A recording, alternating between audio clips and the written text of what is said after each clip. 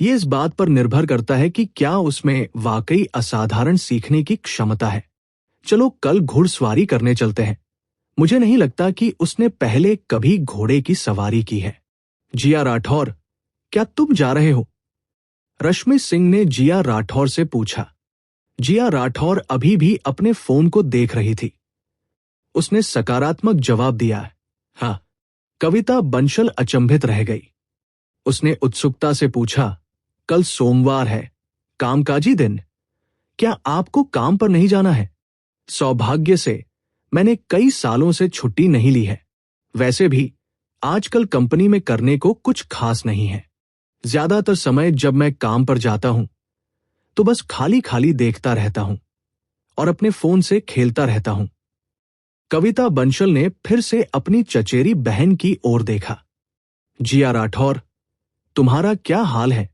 क्या आपको अपनी इंटर्नशिप के लिए अस्पताल नहीं जाना पड़ेगा? मेरी इंटर्नशिप बहुत पहले ही खत्म हो गई थी। मैं जाऊं या न जाऊं, इससे कोई फर्क नहीं पड़ता। हरदेव प्रांत के अस्पताल में सारी प्रक्रियाएं पूरी होने के बाद ही मैं जाऊंगी। जिया राठौर ने कहा, यह सही नहीं है।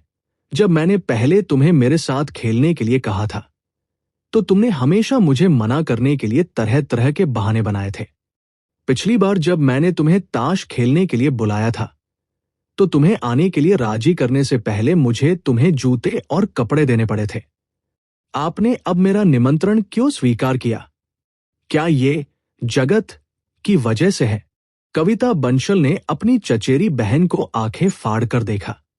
जिया राठौर ने जवाब दिया, क्योंकि सिर्फ तुम दोनों के साथ खेलने में मजा नहीं आता। रश्मि सिंह अपनी हंसी नहीं रोक पाई। जिया राठौर, क्या तुम थोड़ा और समझदारी से काम ले सकते हो? कविता बंसल ने संदेह भरी निगाहों से कहा। जिया राठौर, क्या आपको जगत में दिलचस्पी है? वो तुम्हारी बहन नाना का ब्लाइंड डेट है। अरे नहीं, तुम उसे अपने शोध का विषय बना रहे हो। जब कविता बंसल ने देखा कि जिया राठौर ने कोई जवाब नहीं दिया तो वो उठकर उसके पास गई। उसने उसके फोन की स्क्रीन देखी और पूछा, तुम व्हाट्सएप पर किससे बात कर रही हो? आमतौर पर जब मैं आपको संदेश भेजता हूं तो आप 10 में से केवल एक का ही जवाब देते हैं। आप किससे इतनी उत्सुकता से बातें कर रहे हैं? धत तेरे की, ये फिर से सकाटो सेंसी है। जिया राठौर ने अपने चचेरे भाई से यह बात नहीं छिपाई। वह व्हाट्सएप पर टाइप करती रही और जगत मेहरा को जवाब देती रही। कविता बंसल ही नहीं बल्कि रश्मि सिंह भी आ गई। वे सभी एक एक तरफ खड़ी होकर जिया राठौर और जगत मेहरा को व्हाट्सएप पर बातें करते हुए देखने लगी। पोस्ट ट्रॉमेटिक स्ट्रेस डिसऑर्डर के नैदानिक लक्षण, गंभीर बीमारी की लंबी अवधि के बाद मनोवैज्ञानिक समायोजन, शरीर द्वारा स्रावित विभिन्न हार्मोनों के मनोवैज्ञानिक और आध्यात्मिक प्रभाव। कविता बंसल अवाक रह गई। जब आप इन सब बातों के बारे में बात कर रहे हैं तो साकातो सेंसेई आपसे बातचीत कैसे जारी रख सकते हैं? जिया राठौर ने उसकी तरफ देखा। यही तो उसने पूछा था। यह सुनकर रश्मि सिंह ने सोच विचार करते हुए कहा, लगता है वह सचमुच वह मेडिकल इंफॉर्मेशन ऐप बनाने की योजना बना रहा है। क्या वह मानसिक स्वास्थ्य से शुरुआत करने वाला है?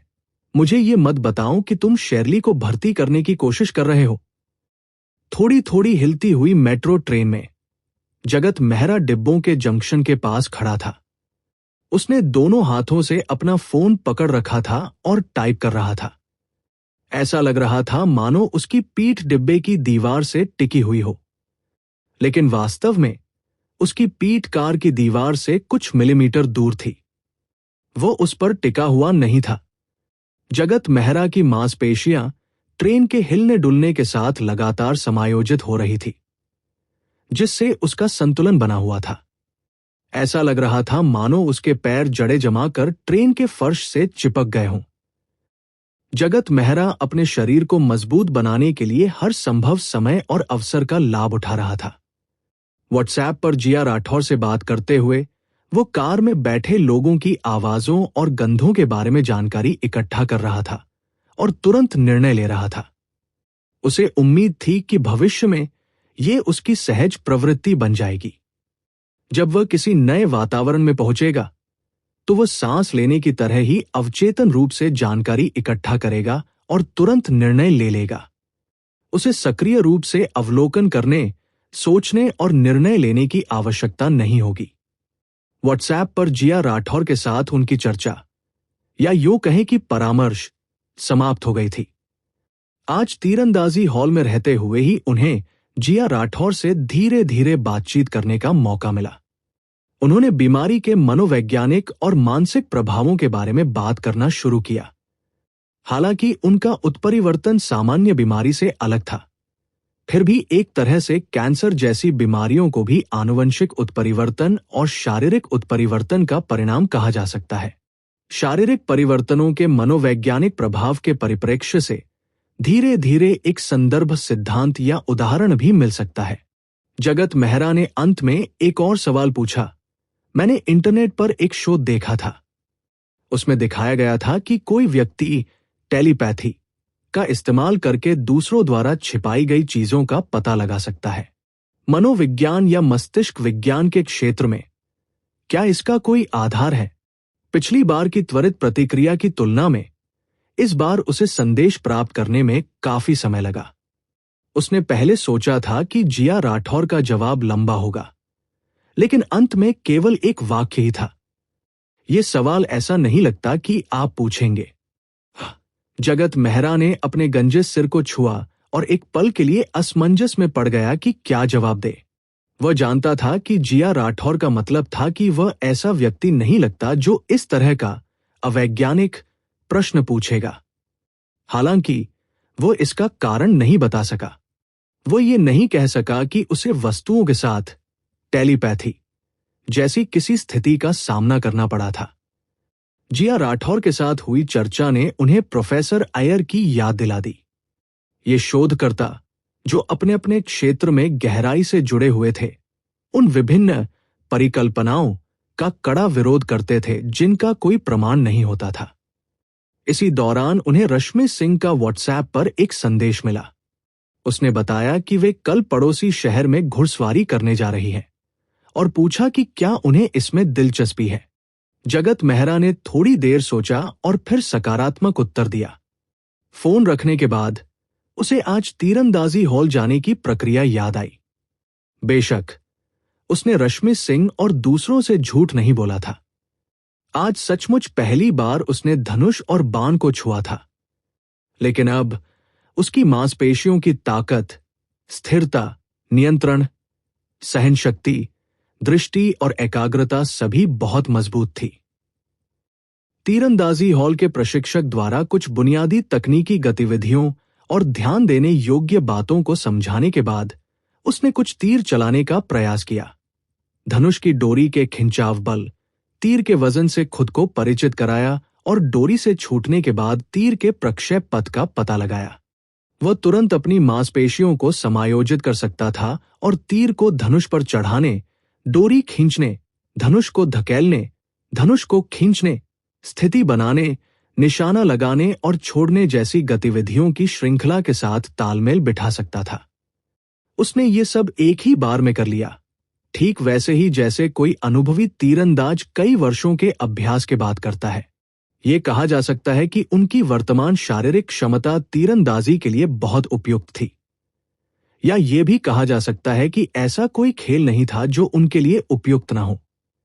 इसके अलावा जगत मेहरा को लगा कि तीरंदाजी की तकनीकों से खुद को इतनी जल्दी परिचित करने और धनुष बाण की सटीकता को समझने की उनकी क्षमता न केवल उनके शरीर में हुए कई उत्परिवर्तनों और विकासों के कारण थी, बल्कि इस अवधि के दौरान उनके मस्तिष्क के लक्षित प्रशिक्षण और उत्परिवर्तन के कारण भी थी।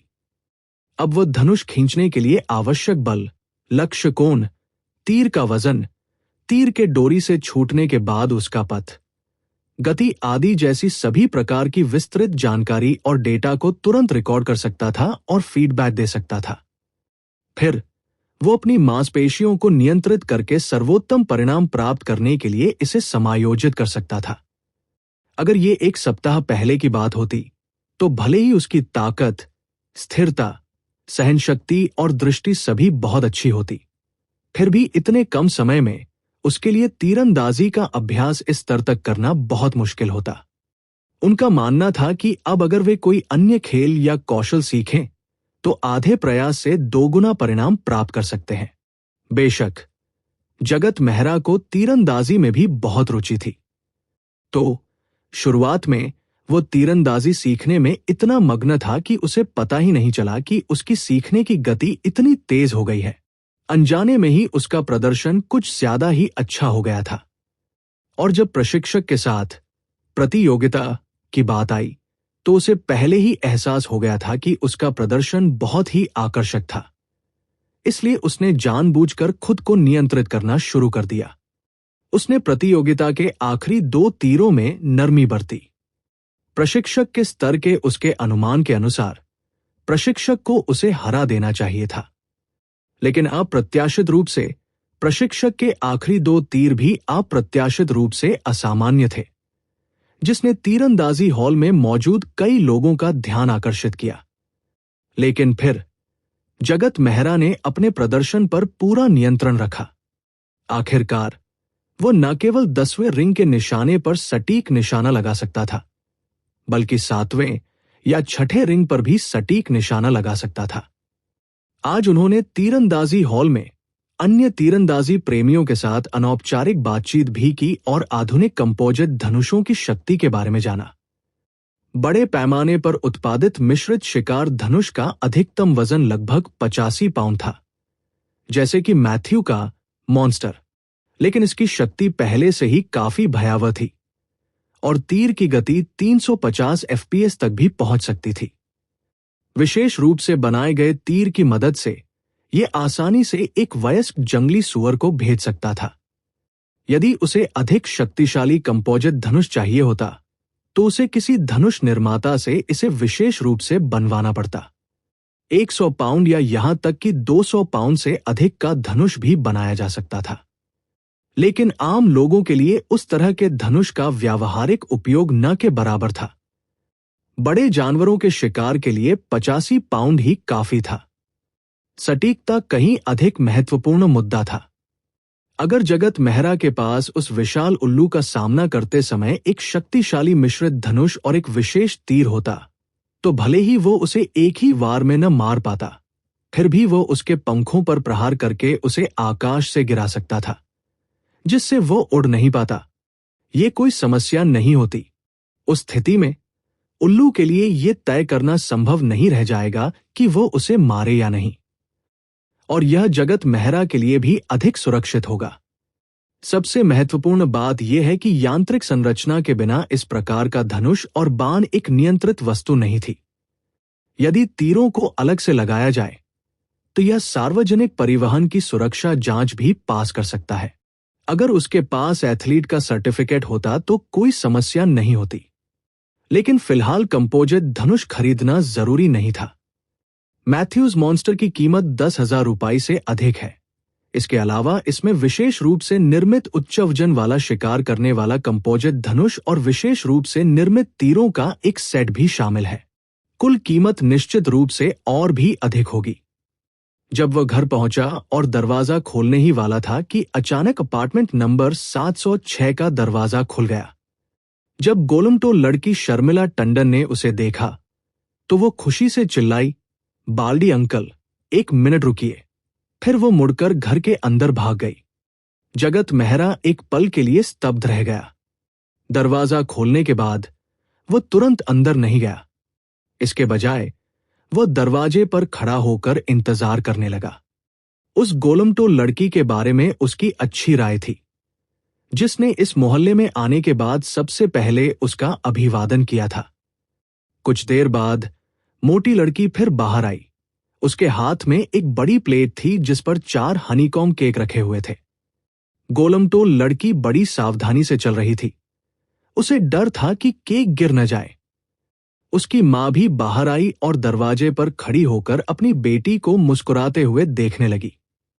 फिर उसने जगत मेहरा से कहा, श्री जगत, ये वो हनीकॉम्ब केक हैं जो मैंने बनाने की कोशिश की थी। इन्हें चखकर देखिए, आपको कैसा लगता है। जगत मेहरा पहले तो मिठाई न खाने का बहाना बनाकर मना करना चाहता था, लेकिन जब उसने गोलमटोल लड़की की उम्मीद भरी निगाहें देखी तो उसने मना नहीं किया, बल्कि वो मुस्कुराया और प्लेट ले ली। उसने प्यार से शर्मिला टंडन के बालों को छुआ और उसे उसके उपनाम से पुकारा, धन्यवाद छोटी घंटी। फिर उसने दरवाजे पर खड़ी मोटी महिला की ओर देखा। धन्यवाद मामा शर्मिला, मैंने अभी तक खाना नहीं खाया है। ये केक देखने में स्वादिष्ट लग रहे हैं। दरवाजा बंद करके घर लौटने के बाद जगत मेहरा ने प्लेट में रखे 4 हनीकॉम्ब केक को देखा और कुछ देर सोचा। अंत में उसने उन्हें सीधे कूड़ेदान में नहीं फेंका। इसके बजाय उसने उन्हें उठाया और एक टुकड़ा खा लिया। इसमें थोड़ी ज्यादा हिंदी है, थोड़ा ज्यादा दूध है, थोड़े ज्यादा अंडे हैं, थोड़ा ज्यादा गाढ़ा दूध है, थोड़ा ज्यादा शहद है। 10 सेकंड से अधिक चबाने के बाद जगत मेहरा ने उन्हें निगला नहीं। इसके बजाय उसने उन्हें सीधे कूड़ेदान में थूक दिया और खाना जारी रखा। उसने मुंह धोने से पहले चारों हनीकॉम्ब केक का स्वाद ध्यान से चखा। उसके बाद उसने प्लेट धोकर एक तरफ रख दी और बाद में उसे वापस करने की तैयारी करने लगा। रसोई में कुछ देर खड़े होकर सोचने के बाद जगत मेहरा ने फ्रिज खोला और एक जमा हुआ खरगोश निकालकर उसे पिघलाने के लिए रख दिया। फिर उसने पहले से पढ़े हुए मेनू के अनुसार सभी सामग्री तैयार की। चूंकि उसने दूसरों की मिठाइयां स्वीकार की थी, तो उसे भी बदले में ऐसा ही करना चाहिए, है ना? पिछली बार जब जगत मेहरा ने खरगोश का मांस पकाया था, तो उसके मन में सिर्फ एक खेल की भावना थी। उसे इस बात की परवाह नहीं थी कि उसने जो व्यंजन बनाया है वो स्वादिष्ट है या नहीं, या फिर उसे खाया जा सकता है या नहीं। लेकिन इस बार वह सचमुच पकवान के स्वाद पर ध्यान दे रहा था। वो शर्मिला टंडन और उसकी मां द्वारा भेजे गए नाश्ते के बदले में स्वादिष्ट मसालेदार खरगोश का मांस बनाना चाहता था। सभी प्रकार के मसाले तैयार करने के बाद जगत मेहरा ने खरगोश को 4 भागों में बांट दिया। वो अब प्रयोग कर रहा था और स्वाद को समायोजित करते हुए निष्कर्ष निकाल रहा था। इसलिए वह एक बार में सफलता की गारंटी नहीं दे सकता था, क्योंकि उत्परिवर्तन के बाद स्वाद के लिए कोई प्रशिक्षण नहीं था और खाने की कोई सामान्य आवश्यकता नहीं थी। इसलिए उत्परिवर्तन के बाद स्वाद में ज्यादा बदलाव नहीं आया, लेकिन कम से कम ये पतित तो नहीं हुआ। हालांकि सूंघने और स्वाद लेने की प्रणालियां अक्सर एक साथ काम करती हैं, खासकर भोजन का स्वाद लेते समय। इसके अलावा विभिन्न संवेदी सूचनाओं को पहचानने और संसाधित करने की उनके मस्तिष्क की क्षमता में काफी सुधार हुआ था। इसलिए भोजन का स्वाद लेते समय भले ही उनकी स्वाद कलिकाएं सामान्य लोगों की तुलना में बहुत अधिक मजबूत न हों, फिर भी वे प्राप्त स्वाद संबंधी जानकारी का अधिक विस्तृत और व्यापक विश्लेषण कर सकते थे, और भूख के हस्तक्षेप के बिना स्वाद का उनका विश्लेषण अधिक वस्तुनिष्ठ और सटीक होगा। अच्छा, इस कुकिंग वाइन का स्वाद थोड़ा तीखा है, बहुत ज्यादा है, या इसे हटाया जा सकता है। इसका स्वाद थोड़ा फीका है, इसमें लहसुन और सोया सॉस मिलाया जा सकता है। ऐसा लगता है कि मांस कुछ ज्यादा ही पक गया है। खैर, चबी गर्ल और बाकी लोग चूसे लगते हैं, इसलिए और अधिक सूखी मिर्च डाली जा सकती है। जगत मेहरा बस उस रेसिपी को फिर से आजमाना चाहता था जिसे उसने पहले इंटरनेट पर याद कर लिया था, और स्वादिष्ट मसालेदार खरगोश के मांस की एक प्लेट बनाना चाहता था। लेकिन काम करते समय उनका पूरा ध्यान इस व्यंजन को बनाने पर केंद्रित था, और वे स्वाद के अनुसार इसमें लगातार बदलाव और सुधार करते रहे। उन्होंने मूल नुस्खा से काफी कुछ बदल दिया था, चाहे वो विभिन्न सामग्रियों की मात्रा हो या खाना पकाने की प्रक्रिया। यहां तक कि खरगोश के मांस को भी, जिसे मूल रूप से 4 भागों में बांटा गया था, उसने 4 भागों में इसलिए बांटा ताकि वह प्रयोग जारी रख सके और स्वाद को समायोजित कर सके। जब जगत मेहरा को तैयार उत्पाद का स्वाद चखकर संतुष्टि मिली, तो उसने अपना फोन देखा और पाया कि सुबह के 2:43 बज चुके थे। उसे पता ही नहीं चला कि 6 घंटे बीत चुके थे। कूड़ेदान में पड़े मसालेदार खरगोश के मांस को देखकर जगत मेहरा के चेहरे पर कड़वी मुस्कान आ गई। वही पुरानी समस्या फिर से सामने आ गई। एक बार जब वह किसी काम में पूरी तरह डूब जाता है, तो अगर वो उसे ठीक से नहीं करता तो उसे अजीब और असहज महसूस होता है और वह उसे भूल नहीं पाता। अपनी वर्तमान क्षमता के साथ यदि वह समय देने को तैयार है तो उसके लिए एक बहुत ही कुशल शेफ बनना कोई समस्या नहीं होनी चाहिए। लेकिन एक ऐसा शेफ जो खा ही नहीं सकता, ये तो वाकई अजीब होगा। रसोई की सफाई करने के बाद जगत मेहरा ने खरगोश के मांस के मसालेदार व्यंजन की वह रेसिपी कंप्यूटर पर रिकॉर्ड कर ली जिसे वह सबसे उपयुक्त समझता था और उसे फिलहाल के लिए एक तरफ रख दिया। इस रक्तपान काल के दौरान जगत मेहरा की प्रशिक्षण योजना मुख्य रूप से उसकी सोचने और सीखने की क्षमता में सुधार लाने पर केंद्रित थी। जगत मेहरा का पहला प्रशिक्षण किताबें पढ़ना था। शुरू में तो उन्होंने अपने लिए किताबों की एक सूची तैयार की थी, लेकिन आज जिया राठौर से बातचीत के बाद जिया राठौर ने उन्हें मस्तिष्क विज्ञान, मनोचिकित्सा, मनोविज्ञान और नैदानिक चिकित्सा पर एक दर्जन से अधिक पुस्तकों की सिफारिश की। इसलिए जगत मेहरा ने 19 पुस्तकों की PDF फाइलें ऑनलाइन डाउनलोड की या उनके लिए भुगतान किया, जिनमें वह पुस्तक भी शामिल थी जिसे उसने पहली बार कॉफी शॉप में जिया राठौर के पास देखा था। वो इतनी मोटी थी कि उससे चाकू को रोका जा सकता था। Shane you estate psychiatry. जगत मेहरा ने अपनी दाहिनी मध्य उंगली से पेज डाउन बटन को दबाया और जितनी जल्दी हो सके पढ़ने लगा। हर 3 पन्नों के बाद वो रुक जाता, अपनी आंखें बंद कर लेता और जो कुछ उसने पढ़ा था उसे याद करता, उसे अपने दिमाग में फिर से दोहराता। दूसरे शब्दों में, पढ़ने की प्रक्रिया में उसे न केवल विषय वस्तु को समझना था, बल्कि उसे पूरी तरह से याद भी करना था। हालांकि उत्परिवर्तन के बाद उसकी याददाश्त में काफी सुधार हुआ है, लेकिन फिर भी वो सब कुछ याद रखने में सक्षम होने से बहुत दूर है। अब वो लक्षित प्रशिक्षण आयोजित करने की तैयारी कर रहा था, इस उम्मीद में कि अगले उत्परिवर्तन के बाद ज्ञान सीखने की दक्षता में सुधार करने में महत्वपूर्ण प्रगति होगी। यदि इसका उद्देश्य केवल पाठ और अन्य सूचनाओं को याद करने की गति में सुधार करना होता तो ये मुश्किल नहीं होता।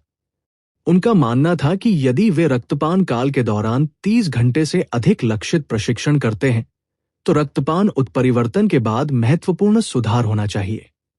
लेकिन समस्या ये थी कि वह चरण दर चरण परीक्षा नहीं देना चाहता था, बल्कि भविष्य में अपनी सीखने की क्षमता और व्यावहारिक अनुप्रयोग को बेहतर बनाने में मदद करना चाहता था। इसलिए विषय वस्तु को याद करते समय उसे पहले विषय वस्तु को समझना आवश्यक था। दूसरे शब्दों में, उसे विषय वस्तु को समझना और उसे याद करना आवश्यक था। यह कहीं अधिक कठिन कार्य था।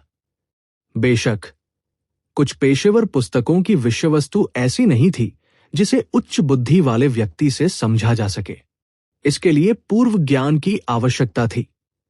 यदि कोई इसे पूरी तरह से समझना चाहता था तो उसे अन्य संबंधित विषयों की विषय वस्तु का भी अध्ययन करना पड़ता था। अतः जगत मेहरा की वर्तमान समझ और ज्ञान केवल वही विषय वस्तु थी जिसे वह अपने वर्तमान आधार पर समझ सकता था। फिर उसने जानकारी को सारांशित करने, विश्लेषण करने और गणना करने की अपनी कहीं अधिक श्रेष्ठ क्षमता के साथ साथ अपनी शक्तिशाली अमूर्त चिंतन क्षमता का उपयोग करके अपने मन में एक प्रासंगिक ज्ञान नेटवर्क स्थापित किया। पहली बार पढ़ने पर जो हिस्से उसे समझ नहीं आते थे, उन्हें वो पहले याद कर लेता था। बाद में वो अन्य पेशेवर पुस्तकों, इंटरनेट का सहारा लेता था या जिया राठौर से परामर्श करके उत्तर प्राप्त करता था और कमियों को पूरा करता था।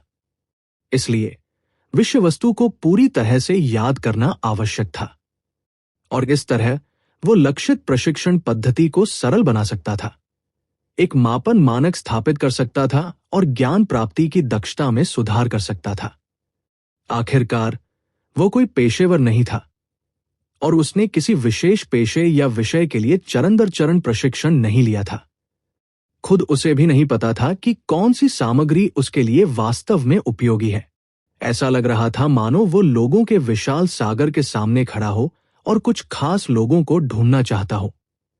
लेकिन उसे ये नहीं पता था कि वे लोग कैसे दिखते हैं या उनकी विशेषताएं क्या है। उसे यह भी यकीन नहीं था कि वे लोग सच में मौजूद भी हैं या नहीं। पर्याप्त ज्ञान प्राप्त करने के बाद वो ये निर्धारित कर सकता था कि उसे किस प्रकार के ज्ञान की आवश्यकता है। उसका ज्ञान को समझने का तरीका, जिसमें वह चीजों को बारीकी से देखता और पहेली सुलझाता था, उसे ये निर्धारित करने में मदद कर सकता था कि उसे किस प्रकार के ज्ञान की आवश्यकता है। जब भी जगत मेहरा किसी किताब के पहले 30 पन्ने पढ़कर याद कर लेता था, तो वो हर 3 पन्ने को पढ़ने में लगने वाले औसत समय की गणना करता था और फिर इस समय में से 10% घटाकर बाकी किताब के लिए पढ़ने की गति निर्धारित करता था। इसके बाद यदि उसे निर्धारित समय से अधिक समय लगता, तो वो अपने बाएं हाथ में मौजूद स्विस आर्मी नाइफ से अपनी जांघ पर वार करता। यदि वह 3 पन्ने पढ़ने के बाद भी पूरी सामग्री को याद नहीं कर पाता, तो भी वो अपनी जांघ पर वार करता। इसका उद्देश्य उसके शरीर को यह समझाना था कि ये एक बहुत ही महत्वपूर्ण क्षमता है। अगली बार जब उसमें उत्परिवर्तन हो, तो उसे इसे सुधारने पर ध्यान केंद्रित करने की आवश्यकता होगी। बेशक अगले उत्परिवर्तन से पहले उसे यकीन नहीं था कि अपने शरीर को मजबूर करने की ये विधि उसके मस्तिष्क के उत्परिवर्तन और विकास में मदद करेगी या नहीं। लेकिन अगर इससे कोई फायदा नहीं भी होता, तो भी कोई बात नहीं। वह इसे अपने शरीर की रिकवरी क्षमता को बढ़ाने के प्रशिक्षण के रूप में ही लेता। और जगत मेहरा ने पाया कि यद्यपि हर बार चोट लगने पर दर्द में बहुत कमी नहीं आती थी, लेकिन दर्द के प्रभावों का प्रतिरोध करने की उसकी क्षमता लगातार मजबूत होती जा रही थी। दर्द कितना भी तीव्र क्यों न हो, वो फिर भी अपना चेहरा गंभीर बनाए रख सकता था और इससे उसके मस्तिष्क की गणना और विश्लेषण में कोई बाधा नहीं आती थी। सूर्योदय के बाद उसकी सोचने समझने की क्षमता और याददाश्त कुछ हद तक कम हो गई थी। साथ ही उसकी ठीक होने की क्षमता भी कम हो गई थी। इसलिए जगत मेहरा ने उसकी पढ़ने और याद करने की गति की आवश्यकताओं को भी तदनुसार कम कर दिया। सुबह 11 बजे जगत मेहरा के मोबाइल फोन का अलार्म बजा। उसने लगभग 8 घंटे का पठन और स्मृति अभ्यास पूरा कर लिया था। उसने जिया राठौर द्वारा दी गई पुस्तकों की सूची का आधे से अधिक भाग पढ़ लिया था, लेकिन अभी भी बहुत सी सामग्री ऐसी थी जिसे वो पूरी तरह से समझ नहीं पाया था। उसे इसकी भरपाई के लिए अन्य पुस्तकों और इंटरनेट का सहारा लेना होगा। वो रसोई में गया और बचा हुआ खरगोश का मांस निकाला। पिछली रात खरगोश के साथ कई बार कोशिश करने और रेसिपी की पुष्टि करने के बाद उसने बचे हुए खरगोश को पहले ही पिघलाकर, काटकर और मैरिनेट करके रख दिया था। इसके बाद उन्होंने पिछली रात की नई रेसिपी का पालन किया और जगत मेहरा ब्रांड का मसालेदार खरगोश का मांस बनाया। जगत मेहरा ने तय समय के भीतर पकवान बना लिया, लेकिन खरगोश का मांस थोड़ा ज्यादा हो गया था। कल रात चबी गर्ल जो प्लेट केक रखने के लिए लाई थी, उसमें सारा मांस समा नहीं पाया, इसलिए उसे एक बड़ा सूप का कटोरा ही निकालना पड़ा। 11:45 बजे जगत मेहरा ने लिफ्ट का दरवाजा खुलने की आवाज और चबी गर्ल शर्मिला टंडन की स्पष्ट आवाज सुनी।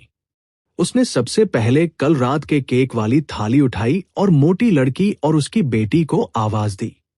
उसने थाली उन्हें वापस कर दी और उनसे एक पल रुकने को कहा। 10 सेकंड बाद जब मोटी लड़की और उसकी बेटी ने जगत मेहरा को खरगोश के मांस का एक बड़ा कटोरा लेकर बाहर आते देखा, तो वे दंग रह गई। ये स्वादिष्ट खाना क्या है? मोटी लड़की ने उत्सुकता से अपनी गर्दन फैलाते हुए पूछा। जगत मेहरा ने मामा शर्मिला को इशारा किया कि वे दरवाजा खोले ताकि वो सूप उनके घर ले जा सके। सूप का कटोरा अभी भी काफी गर्म था। चलते हुए उसने कहा, यह मसालेदार खरगोश का मांस है। मैंने इसे खुद बनाया है। मुझे नहीं पता कि आपको पसंद आएगा या नहीं। इसे चखकर मुझे अपनी राय दें।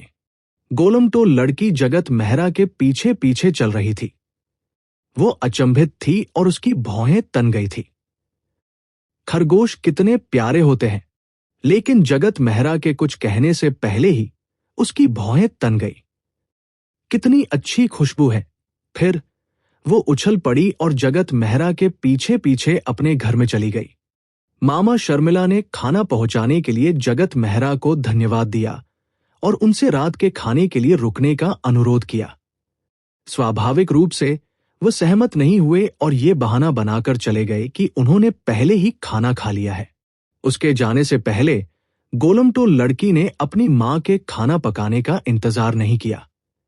उसने खरगोश की टांग का एक टुकड़ा उठाया और तब तक चबाती रही जब तक उसका मुंह तेल से लथपथ नहीं हो गया। इस बार उसने जो मसालेदार खरगोश का मांस बनाया था, उस पर उसे पूरा भरोसा था। चबी गल के घर से निकलने के बाद जगत मेहरा वापस नहीं लौटा। वो सीधे मोहल्ले से बाहर निकला और टैक्सी बुलाकर उस जगह गया जहां उसने और रश्मि सिंह ने व्हाट्सएप पर मिलने का तय किया था। तीनों महिलाएं वहां दोपहर का भोजन कर रही थी।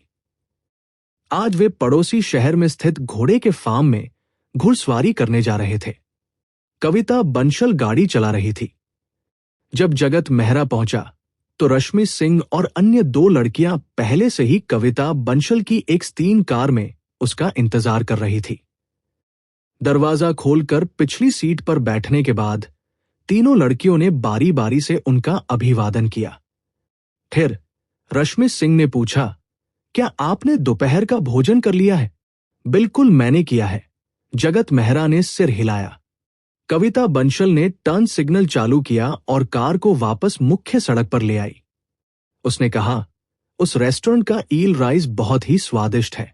सैदम सेंसेई, आपको भी मौका निकालकर इसे चखना चाहिए।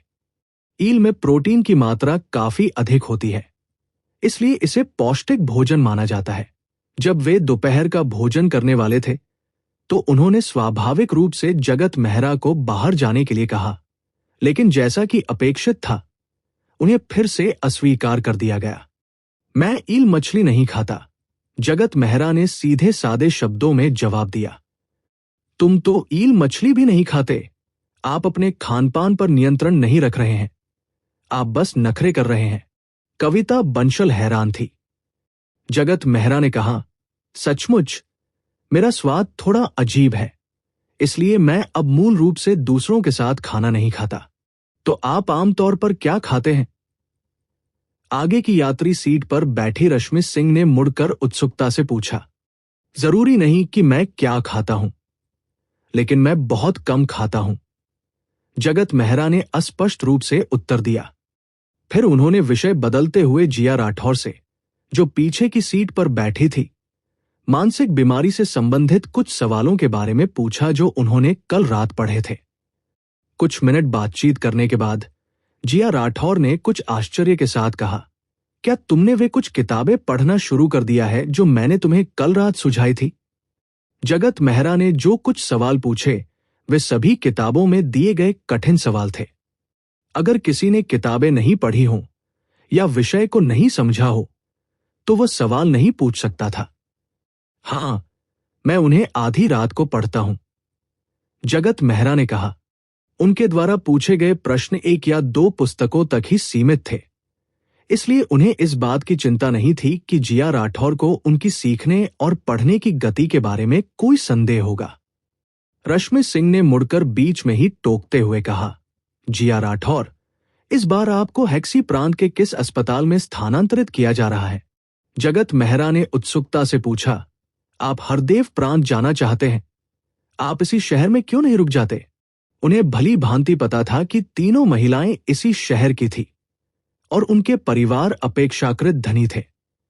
इसके अलावा जिया राठौर की शिक्षा और योग्यता को देखते हुए इस शहर के अस्पताल में उसका रहना कोई समस्या नहीं होनी चाहिए।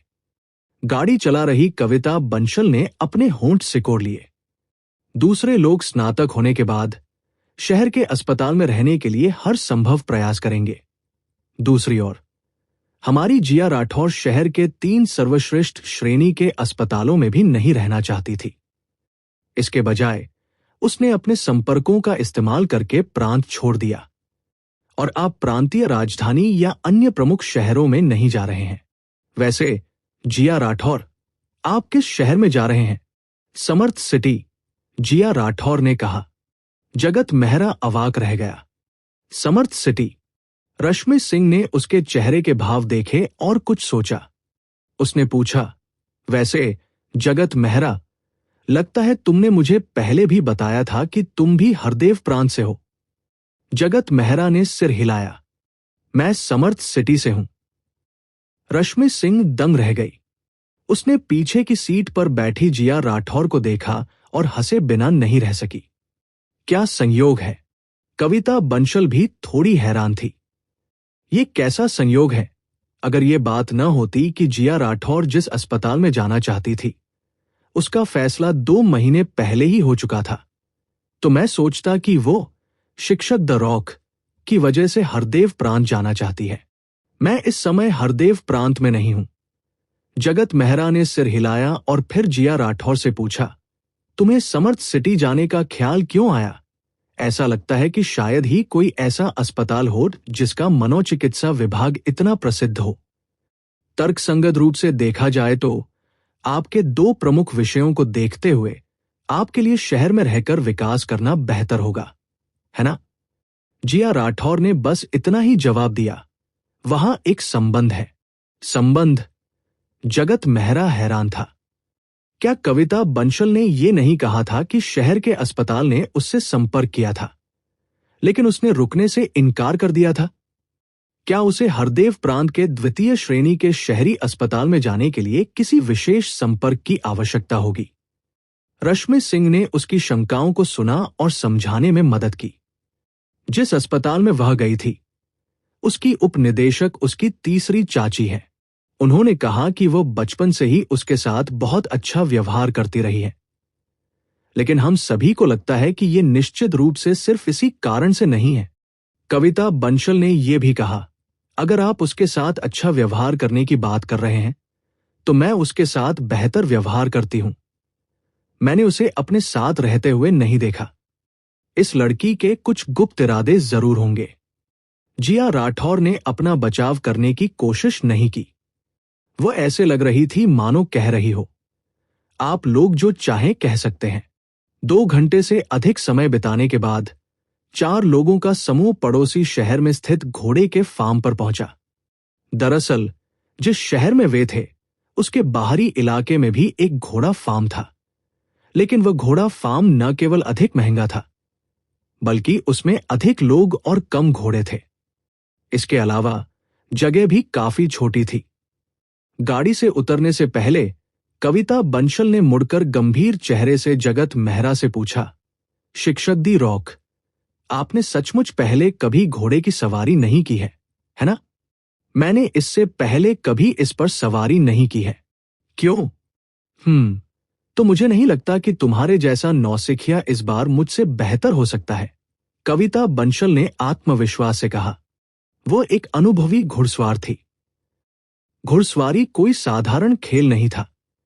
यह सिर्फ अच्छी शारीरिक क्षमता से नहीं किया जा सकता था। जगत मेहरा मुस्कुराया और कुछ नहीं बोला। हालांकि वो आज उनके साथ सवारी करने को तैयार था क्योंकि वह जानवरों को डराने की अपनी क्षमता का परीक्षण करना चाहता था। वह देखना चाहता था कि क्या इसका घोड़ों पर कोई प्रभाव पड़ता है और क्या वह इसका उपयोग घोड़ों को नियंत्रित करने के लिए कर सकता है। उन्हें इस बात की उम्मीद नहीं थी कि इसका असर वाकई बहुत अच्छा होगा, और वह भी जरूरत से ज्यादा अच्छा। जब उन्हें रेसकोर्स के कर्मचारियों द्वारा कोच के मार्गदर्शन में मैदान में लाया गया तो उन्होंने सबसे पहले घोड़ों और विभिन्न सावधानियों से खुद को परिचित कराया। उन्होंने एक घोड़े पर अपनी निगाहें जमाई, अपनी मांसपेशियों को कस लिया, अपनी सांस रोक ली और अपना पूरा ध्यान केंद्रित किया। मानसिक रूप से खुद को मुकाबले के लिए तैयार किया। जगत मेहरा ने जिस घोड़े पर निशाना साधा था वो उसके प्रभाव में आ गया। घोड़ा स्तब्ध रह गया और पीछे हटता चला गया। घोड़े के फार्म के कर्मचारी उसे वापस नहीं खींच पाए और वह अस्तबल में घुस गया। कोच और कर्मचारियों ने उसे कितना भी खींचा, वह बाहर नहीं निकल पाया, यहां तक कि वह बेशर्मी से जमीन पर लेट गया। जगत मेहरा को एहसास हुआ कि उसने शायद जरूरत से ज्यादा ताकत लगा दी है। उसे इस बात का अंदाजा नहीं था कि इसका प्रभाव वास्तव में सामूहिक होगा। इसका असर न केवल उस घोड़े पर पड़ा जिस पर उसने ध्यान केंद्रित किया था, बल्कि पूरे घोड़े फार्म के सभी घोड़ों पर पड़ा। ऐसा लग रहा था मानो अगर वे जगत मेहरा के साथ यहां भागते रहे तो विद्रोह कर रहे होंगे। वे सब रुक गए, चाहे पशुपालकों, प्रबंधकों और घुड़सवारों ने उनका कितना भी पीछा किया, कोई फायदा नहीं हुआ। वे जमीन पर लेट गए और हड़ताल पर चले गए। घोड़े के फार्म में ऐसी स्थिति पहले कभी नहीं देखी गई थी। वे घबरा गए, उन्हें लगा कि घोड़ों को कुछ हो गया है। वे केवल अस्थायी रूप से मेहमानों को घोड़ों को लेने से रोक सकते थे और उन्हें रिफंड के बदले घोड़े वापस ले जाने की अनुमति दे सकते थे। जब जगत मेहरा घोड़े को डरा रहा था, तो आसपास खड़े लोगों को केवल यही दिखाई दिया कि उसका चेहरा थोड़ा गंभीर हो गया था। इसके अलावा कुछ भी असामान्य नहीं था। इसलिए किसी को भी ये एहसास नहीं हुआ कि उसके कारण ही घोड़े फार्म के सभी घोड़े सामूहिक रूप से असामान्य व्यवहार कर रहे थे। हालांकि उनके पिछले अनुभव के अनुसार उनकी निवारक रणनीति का जानवरों पर इतना व्यापक प्रभाव पड़ना असंभव था। आमतौर पर इसका असर केवल उन्हीं जानवरों पर पड़ता था जो उन्हें देख लेते थे और जिन पर वे नजर गड़ा देते थे। इसके अलावा उन्होंने रक्तपान काल के दौरान इसके लिए कोई लक्षित प्रशिक्षण भी नहीं लिया था। इस स्थिति का कारण या तो उसके द्वारा रक्त पीने की संख्या में वृद्धि और उसके शरीर में हुए आगे के उत्परिवर्तन के कारण था, जिससे स्वाभाविक रूप से जानवरों के प्रति उसकी प्रतिरोधक क्षमता बढ़ गई, या फिर यह सीधे तौर पर उस रक्त से संबंधित था जो उसने पहले विशाल उल्लू से पिया था। तुलना में उन्हें लगा कि बाद वाला विकल्प अधिक संभावित है। घोड़े के फार्म से बाहर निकलने के बाद रश्मि सिंह और बाकी दो लड़कियां भी हैरान थी। उन्होंने अभी अभी घोड़ों की हड़ताल की स्थिति पर चर्चा की, विशेष रूप से कविता बंसल। वह बचपन से ही देश विदेश के कई घोड़े फार्मों में जा चुकी थी। उसका कई घोड़ों से संपर्क रहा था। कुछ शांत थे, कुछ चिड़चिड़े, लेकिन उसने ऐसी स्थिति पहले कभी नहीं देखी थी। स्वाभाविक रूप से उन्हें यह नहीं पता था कि जगत मेहरा के साथ घोड़े के फार्म से निकलने और कार में बैठने के कुछ ही समय बाद पूरे घोड़े के फार्म के घोड़े सामान्य स्थिति में लौट आए थे। पड़ोसी शहर से लौटने और राजमार्ग से उतरने के बाद कविता बंसल ने भौहें चढ़ाकर कार में बैठे अपने साथियों से पूछा, अब हम कहाँ जा रहे हैं? हम ऐसे ही घर नहीं जा सकते, है ना? क्या मेरे घर आकर ताश खेले? रश्मि सिंह ने सुझाव दिया। ठीक है, लेकिन केवल 6:30 बजे तक। जगत मेहरा ने इस बारे में सोचा और कहा, भले ही तीनों लड़कियों को पता ना हो, लेकिन उसकी गलती की वजह से वे आज घुड़सवारी नहीं कर सकती, इसलिए वह रश्मि सिंह के सुझाव को मना नहीं कर सका। कविता बंसल ने अपने होंठ सिकोड़े, पीछे मुड़ी और बोली, कितने घंटे हो गए हैं, चलिए खाने के बाद बात जारी रखते हैं। अगर आप हमारे साथ खाना नहीं खाना चाहते तो आप खाना पैक करवा सकते हैं। हमारे साथ अलग खाना खाने में कोई हर्ज नहीं है। इससे पहले कि जगत मेहरा जवाब दे पाता, यात्री सीट पर बैठी रश्मि सिंह ने कहा, सावधान रहो। कविता बंसल ने झट से पीछे मुड़कर अनजाने में ब्रेक लगा दिया, लेकिन बहुत देर हो चुकी थी। BMW X3 का अगला हिस्सा सामने वाली SUV के पिछले हिस्से से टकरा गया। सौभाग्य से वे शहर में गाड़ी चला रहे थे, इसलिए गति बहुत धीमी थी। समय रहते ब्रेक भी लगा दिए गए। थोड़ी घबराहट के अलावा गाड़ी और उसमें सवार लोग सुरक्षित हैं। जैसे ही कार सामने वाली कार से टकराई, जगत मेहरा ने अनजाने में एक हाथ से खिड़की के ऊपर लगे हैंडल को पकड़ लिया और दूसरे हाथ से जिया राठौर को जड़त्व के कारण आगे की ओर गिरने से बचाने के लिए उसकी रक्षा करने के लिए हाथ बढ़ाया। हालांकि जिया राठौर की प्रतिक्रिया भी बहुत तेज थी। उसने खुद ही हैंडल पकड़ लिया और अपने शरीर को स्थिर कर लिया। इसके अलावा टक्कर अपेक्षाकृत हल्की थी और ब्रेक की जड़ता बहुत मजबूत नहीं थी, इसलिए यह बहुत शर्मनाक नहीं थी। तुम ठीक हो? जगत मेहरा ने जिया राठौर को देखा और सामने कविता बंसल और रश्मि सिंह से पूछा।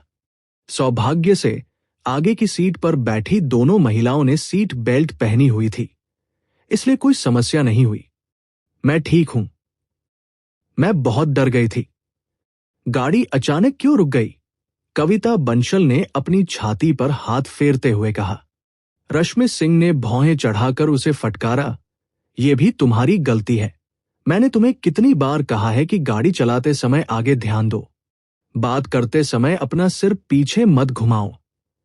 तुम क्यों नहीं बदलते? कविता बंसल ने जीभ बाहर निकाली और जल्दी से बोली, मुझे पता है, मुझे पता है, ये मेरी गलती है, मेरी गलती है। मैं इसे जरूर सुधारूंगी।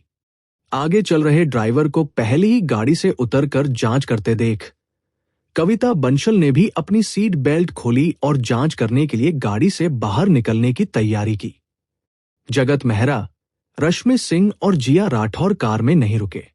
वे सभी दरवाजा खोलकर कार से बाहर निकल गए और कार के पीछे त्रिकोणीय चिन्ह लगाने में मदद करने लगे।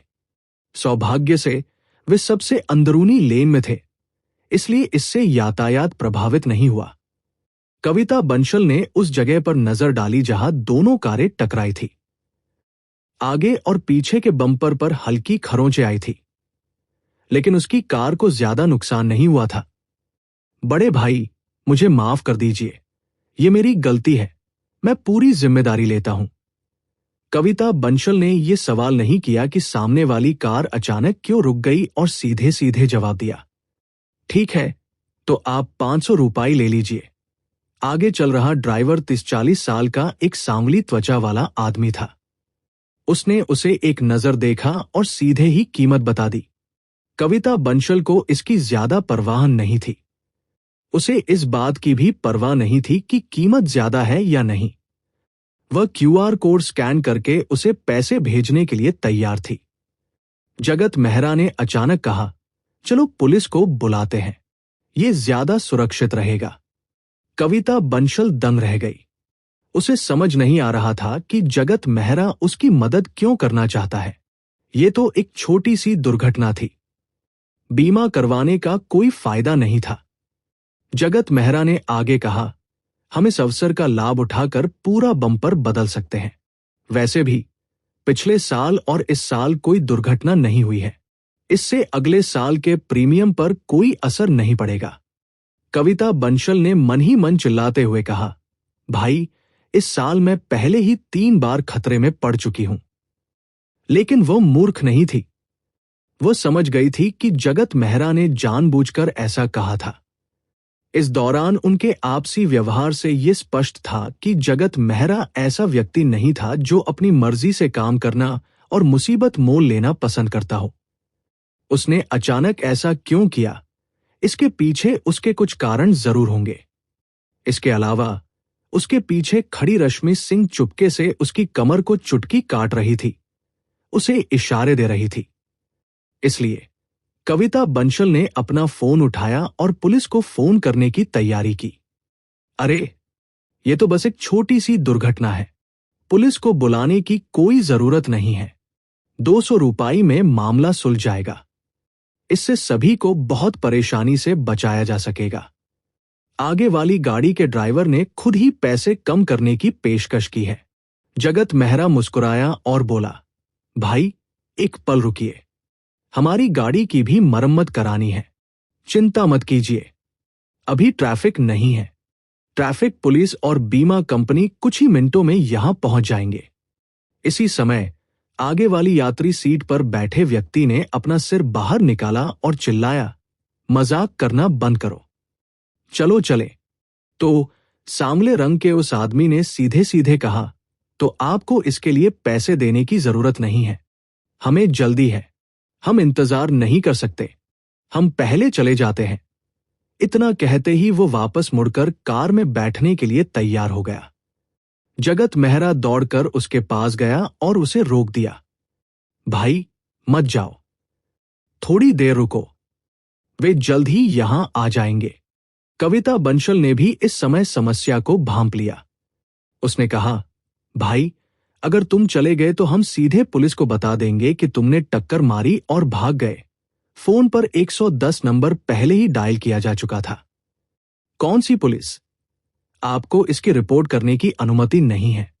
आगे की यात्री सीट पर बैठा व्यक्ति बाहर निकला और कविता बंसल की ओर इशारा करते हुए उसकी तरफ बढ़ा। ड्राइवर ने जगत मेहरा को धक्का भी दिया और कविता बंसल का फोन छीनने ही वाला था कि रश्मि सिंह ने तुरंत अपनी दोस्त को खींचकर छिपा लिया। आह, तुम लोगों को क्यों मार रहे हो? एक चीख सुनाई दी, जिससे दोनों तरफ के लोग चौंक गए। फिर उन्होंने देखा कि जगत मेहरा नाटकीय ढंग से जमीन पर गिर पड़ा। वो पहले कविता बंसल की BMW से टकराया, जिससे एक जोरदार आवाज हुई। सांवले रंग के उस व्यक्ति ने अपने हाथ को देखा और थोड़ा हैरान रह गया। उसने इतनी ताकत तो नहीं लगाई होगी, है ना? वे लोगों को पीट रहे हैं, वे लोगों को पीट रहे हैं। पुलिस को बुलाओ, पुलिस को बुलाओ। जमीन पर पड़ा हुआ जगत मेहरा 2 बार चीखा। फिर अचानक वह जमीन से उछल पड़ा और चिल्लाया, मेरे दोस्त से दूर रहो, मैं तुमसे मुकाबला करूंगा। आगे खड़े सांवले रंग के व्यक्ति ने समय रहते प्रतिक्रिया नहीं दी। जगत मेहरा ने उसकी छाती पर टक्कर मारी और सीधे उसके चेहरे पर सिर से प्रहार किया। उसकी आंखों के सामने अंधेरा छा गया और वह सीधे जमीन पर गिर पड़ा। आगे की यात्री सीट से उतरे उस व्यक्ति ने कविता बंसल का फोन छीनने की कोशिश जारी ही रखी थी कि जगत मेहरा ने पलटकर उसकी कमर पकड़ ली। जगत मेहरा ने अपना शरीर घुमाकर उस व्यक्ति को जमीन पर पटक दिया, जिससे वह जमीन पर बुरी तरह गिर पड़ा। महज कुछ सेकंडों में हुए बदलाव न केवल राहगीरों के लिए चौंकाने वाले थे, बल्कि कविता बंसल और रश्मि सिंह के लिए भी थे, जिन्होंने पहले ही अंदाजा लगा लिया था कि क्या हो रहा है। पहली नजर में ऐसा लग रहा था कि सामने खड़े 2 हट्टे-कट्टे आदमियों ने जगत मेहरा को धमकाकर जमीन पर गिरा दिया है। फिर अचानक वह बेकाबू हो गया और एक ईमानदार आदमी की तरह अपनी जान की बाजी लगाकर लड़ने लगा। उसने दोनों आदमियों को सिर से टक्कर मारी और जमीन पर पटक दिया। हालांकि वे सभी जगत मेहरा के कौशल से भली भांति परिचित थे। चाहे वो इंटरनेट पर वायरल हो रहा वीडियो हो, या चौराहे पर चाकू को निहत्थे हाथों से पकड़ते हुए उनकी प्रत्यक्ष गवाही हो, या बॉक्सिंग क्लब के प्रशिक्षक से सुनी गई बातें हों, इन सभी से यह साबित होता था कि जगत मेहरा लड़ाई में बेहद कुशल था। वो तो बस जानबूझकर इन दोनों आदमियों से निपटने का बहाना ढूंढ रहा था। लेकिन ऐसा क्यों था? आगे की पिछली सीट के दाहिनी ओर का दरवाजा खुला और एक अधेड़ उम्र की महिला बाहर निकली।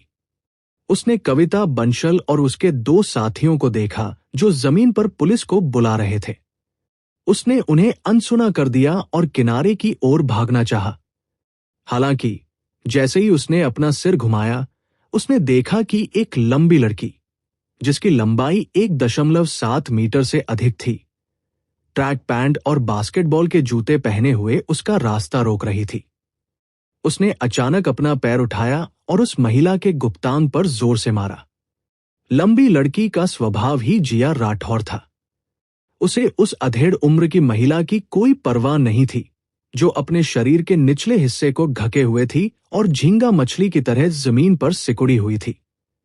वो सीधे दूसरी अधेड़ उम्र की महिला की ओर बढ़ी जो अभी अभी कार से उतरी थी।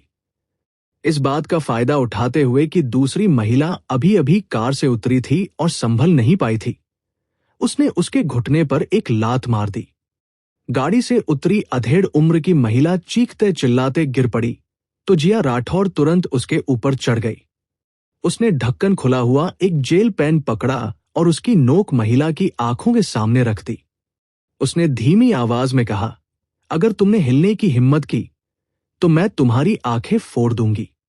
जगत मेहरा की तुलना में जिया राठौर के गुस्से ने कविता बंसल और रश्मि सिंह को और भी अधिक स्तब्ध कर दिया। ये वही लड़की थी जिसे उन्होंने बचपन से बड़ा होते देखा था। कॉल मिलने के तुरंत बाद पुलिस मौके पर पहुंच गई। जब उन्होंने पुलिस को कार की पिछली सीट से 2 सोते हुए लड़कों को ले जाते हुए देखा, जिनकी उम्र 3 या 4 साल से अधिक नहीं लग रही थी, तो उन्हें यह भी एहसास हुआ कि उनके आगे वाली कार में बैठे 2 पुरुष और 2 महिलाएं कौन थी। हालांकि उन्हें थोड़ी जिज्ञासा थी, जगत मेहरा और जिया राठौर को यह कैसे पता चला? उनकी तरह पुलिस भी इस बारे में बहुत उत्सुक थी। इसलिए जब उन्हें बयान दर्ज कराने के लिए पुलिस स्टेशन वापस लाया गया, तो जगत मेहरा और जिया राठौर से अलग अलग पूछताछ की गई। मानव तस्कर। जगत मेहरा ने अपने सामने खड़े पुलिस अधिकारी की ओर देखा। उसकी आंखें चौड़ी हो गई और चेहरा आश्चर्य से भर गया। मुझे नहीं पता था कि वे मानव तस्कर हैं, लेकिन जब मेरे दोस्त ने पुलिस को फोन करने की कोशिश की तो उन्होंने उसे रोकने की पूरी कोशिश की और यहां तक कि फोन छीनने का भी प्रयास किया। वाकई कुछ गड़बड़ है और उन्होंने मुझे मारा भी। उन्होंने पहले मुझे मारा, इसलिए मैंने भी पलटवार किया। जगत मेहरा को स्पष्ट रूप से पता था कि आगे वाली कार में बैठे लोग मानव तस्कर थे। इसी जानकारी के चलते उसने कविता बंसल को निजी तौर पर मामला सुलझाने देने के बजाय पुलिस को फोन करने के लिए कहा। टक्कर के बाद उसने अवचेतन रूप से आगे वाली कार की आवाजों और गंधों के बारे में जानकारी इकट्ठा की। गंध से ऐसा लग रहा था कि आगे वाली कार में 4 वयस्क थे, 2 पुरुष और 2 महिलाएं। उनमें से एक से नशेड़ी जैसी गंध आ रही थी। पीछे की सीट पर बैठी 2 वयस्क महिलाओं के अलावा 2 बच्चे भी थे जो गहरी नींद में सो रहे थे। दोनों बच्चों की शारीरिक स्थिति सामान्य नहीं लग रही थी। उसे कार में डायजेपाम की हल्की सी गंध महसूस हुई। ये नींद की गोलियों का एक घटक था। फिर उसने नशेड़ी जैसी गंध वाले एक आदमी को कहते सुना, जल्दी करो और मामला सुलझाओ, कोई बवाल मत खड़ा करो। वो शायद ड्राइवर से बात कर रहा था। धूप में तपे हुए ड्राइवर के कार से बाहर निकलने के बाद उस व्यक्ति ने पीछे की सीट पर बैठी 2 महिलाओं से कहा, क्या उनके लिए नींद की गोलियां काफी है? उठकर हंगामा मत करो। कौन सा सामान्य माता पिता अपने बच्चे को नींद की गोलियां देगा सिर्फ इसलिए कि उन्हें डर है कि उनका बच्चा हंगामा करेगा? उसके आगे वाली कार में बैठे 4 वयस्क संभवतः मानव तस्कर या अपहरणकर्ता थे। कार से बाहर निकलने के बाद जगत मेहरा जानबूझकर आगे वाली कार की पिछली खिड़की के पास गया और पीछे की सीट पर स्थिति पर एक नजर डाली। इससे उसका अनुमान और भी पुख्ता हो गया। जगत मेहरा हमेशा खुद से कहता था कि उसे लो प्रोफाइल रहना चाहिए, सुर्खियों में नहीं आना चाहिए, दूसरों के मामलों में दखल नहीं देना चाहिए और खुद को हीरो नहीं समझना चाहिए। कुछ चीजों को नजरअंदाज किया जा सकता है, लेकिन कुछ चीजों को नजरअंदाज नहीं किया जा सकता। उसने ये भी सोचा कि क्या वो पहले शांत रहकर दूसरे पक्ष के जाने का इंतजार कर सकता है, फिर वह धीरे धीरे उनका पीछा करके पुलिस को सूचना दे सकता है। लेकिन तभी उसे याद आया कि कार में 2 बच्चे थे जिनकी उम्र 3 या 4 साल से ज्यादा नहीं थी और एक नशा करने वाला भी था। अगर दूसरे पक्ष को पता चल जाए कि वे पुलिस से घिरे हुए हैं और वे कोई भयानक हरकत कर बैठें तो क्या होगा? बेशक जगत मेहरा के पास कार में बैठे 4 लोगों को अकेले ही काबू में करने का तरीका था, लेकिन इसके बाद के परिणाम परेशानी भरे और समझाने में मुश्किल होते। इसलिए उसने जानबूझकर दोनों आदमियों को कार से बाहर निकाला और फिर झगड़ा शुरू करने का बहाना ढूंढ लिया। उसने इस मौके का फायदा उठाकर उन्हें काबू में कर लिया। लेकिन जगत मेहरा को यह उम्मीद नहीं थी कि जिया राठौर भी आपा खो बैठेगा और उससे भी ज्यादा निर्दयी हो जाएगा। लेकिन उन्होंने चुपके से जिया राठौर को अपने फैसले के बारे में नहीं बताया। दूसरी ओर जिया राठौर से पूछताछ भी आधी हो चुकी थी। क्योंकि मामला बिल्कुल स्पष्ट था, इसलिए यह कहा जा सकता है कि जिया राठौर, जगत मेहरा और अन्य लोगों ने अच्छा काम किया और दोनों बच्चों की जान बचाई। इसलिए चाहे वो जगत मेहरा हो या जिया राठौर, उनसे पूछताछ करने वाले पुलिस अधिकारी बहुत विनम्र थे। तो आपने कार की पिछली खिड़की से कार में बैठे बच्चों को देखा और ये निष्कर्ष निकाला कि वे मानव तस्कर थे? महिला पुलिसकर्मी ने आश्चर्य से पूछा। जिया राठौर ने सिर हिलाया। पीछे की सीट पर दोनों बच्चे एक दूसरे से सटकर सो रहे थे। उनकी सोने की मुद्रा बहुत अजीब और असुविधाजनक थी, लेकिन दोनों महिलाओं को इसकी बिल्कुल परवाह नहीं थी। उन्हें सिर्फ अपने आराम की चिंता थी। दोनों बच्चों के कपड़े और जूते ब्रांडेड थे और सीजन के बिल्कुल नए थे। कीमत कम नहीं होनी चाहिए थी, लेकिन वे थोड़े गंदे दिख रहे थे। जाहिर है उन्हें काफी समय से बदला नहीं गया था। कार में बैठे अन्य 4 लोगों के पहनावे और व्यवहार के साथ साथ बच्चों के प्रति उनके रवैये को देखते हुए ये नहीं कहा जा सकता कि वे उन 2 बच्चों के माता पिता हैं। ड्राइवर नहीं चाहता था कि हम पुलिस को बुलाएं और उसने मुआवजे की मांग करने से भी इनकार कर दिया। जब हमने पुलिस को बुलाने पर जोर दिया तो वे दोनों आदमी पास आए और फोन छीनने की कोशिश करने लगे। ये बहुत अजीब था। बेशक सबसे अहम बात यह थी कि मेरे दोस्त और उन 2 आदमियों के बीच लड़ाई होने के बाद पीछे की सीट पर बैठी दोनों महिलाओं ने ना तो पुलिस को फोन किया और न ही लड़ाई रोकने की कोशिश की। इसके बजाय वे कार से उतरकर भागने की कोशिश करने लगी। वे निश्चित रूप से अपराधी हैं। दरअसल एक बात जो उसने नहीं कही वो ये थी कि उसे ऐसा लग रहा था कि जगत मेहरा को पूरा यकीन था कि कार में बैठे लोगों के साथ कुछ गड़बड़ है और जगत मेहरा के व्यक्तित्व के बारे में उसके आकलन के आधार पर वो आसानी से किसी बात की पुष्टि नहीं करेगा। एक बार जब उसे यकीन हो जाएगा तो वह बहुत आश्वस्त होगा। पूछताछ के बाद जगत मेहरा अपने पुराने दोस्त अधिकारी चमन से मिला। दरअसल 2 मानव तस्करों को काबू में करने के बाद उसने व्हाट्सएप पर ऑफिसर चेन से संपर्क किया और उसे यहां हुई घटना के बारे में बताया। ऐसा नहीं था कि उसे पुलिस पर भरोसा नहीं था, लेकिन अगर कोई जाना पहचाना पुलिस अधिकारी होता तो मामला सुलझाना आसान होता। आखिर इस बार वह अकेला नहीं था। रश्मि सिंह, कविता बंसल और जिया राठौर को भी थाने लाया गया था। खासकर जिया राठौर, उसके 2 लातों से शायद दोनों अधेड़ उम्र की महिलाओं को काफी चोटें आई थी। कौन जाने उसे इसके लिए जिम्मेदार ठहराया जाएगा या नहीं। हालांकि जगत मेहरा की चिंता व्यर्थ थी। तीनों महिलाओं के परिवारों का शहर में उनके अनुमान से कहीं अधिक प्रभाव था। कुछ समय बाद एक अत्यंत उदार अधेड़ उम्र के व्यक्ति और शाखा के उप प्रमुख उन्हें लेने आए। उप प्रमुख ने स्पष्ट रूप से कहा कि जिया राठौर और जगत मेहरा के कार्य उचित और न्यायसंगत थे। उनकी प्रशंसा की जानी चाहिए। अधिकारी चमन ने जगत मेहरा की ओर देखा और उन्हें समझ नहीं आ रहा था कि हंसे या रोए। ये चौथी बार है ना? क्या मुझे कहना चाहिए कि आप भाग्यशाली हैं या दुर्भाग्यशाली? जगत मेहरा के चेहरे पर कड़वी मुस्कान आ गई। महज 1 महीने में ही 4 या यूं कहें कि 3 अलग अलग मामलों के चलते उनकी और ऑफिसर चेन की मुलाकात हो चुकी थी। क्या उत्परिवर्तन के बाद आपराधिक गतिविधियों से उनका संपर्क होने की संभावना बढ़ गई थी? खैर, जब उसने इस बारे में ध्यान से सोचा तो ऐसा प्रतीत नहीं हुआ कि यह मामला था। अगर उसमें उत्परिवर्तन नहीं हुआ होता तो जब उसने पहली बार घर के निचले हिस्से में किसी को चाकू से हमला करते देखा होता तो वो केवल पुलिस को फोन करने में मदद करता और हमले को रोकने के लिए नीचे नहीं जाता। दूसरी बार अगर उत्परिवर्तन के बाद उसकी सूंघने की क्षमता में सुधार नहीं हुआ होता और अगर वह अपनी सुनने और सूंघने की क्षमता को प्रशिक्षित करने के लिए आधी रात को गश्त नहीं लगा रहा होता तो उसे खून की गंध नहीं आती और वो उस व्यक्ति का पता नहीं लगा पाता जिसे चाकू मारकर लूटा गया था।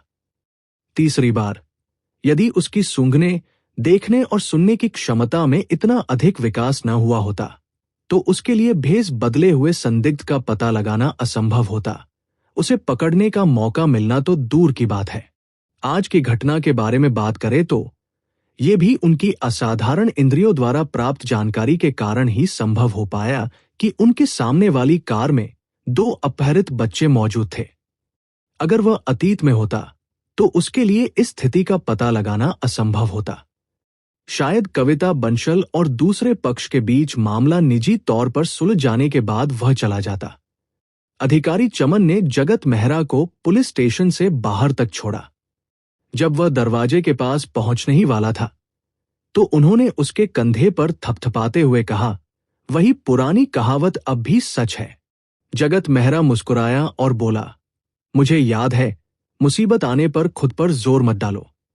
सबसे पहले 110 पर कॉल करो। पुलिस स्टेशन के प्रवेश द्वार पर रश्मि सिंह, 3 महिलाएं और एक अत्यंत उदार अधेड़ उम्र का व्यक्ति पहले से ही उसका इंतजार कर रहे थे। आप श्री मेहरा हैं, है ना? मैं यमन केयान हूं, कविता का पिता। उस अधेड़ उम्र के व्यक्ति ने हाथ बढ़ाकर जगत मेहरा से हाथ मिलाया और अपना परिचय दिया। नमस्कार, श्रीमान यमन, आप मुझे जगत मेहरा कह सकते हैं। आपको असुविधा पहुंचाने के लिए मुझे खेद है। जगत मेहरा बोलते हुए मन ही मन आ भर रहा था। वो सचमुच जवान दिख रहा था।